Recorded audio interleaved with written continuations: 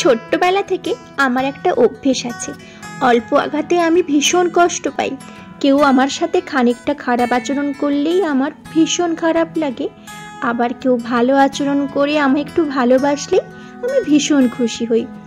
কেউ আমাকে খানিকটা প্রায়োরিটি দিলে তার প্রতি আমার ভীষণ ভালোবাসা কাজ করে।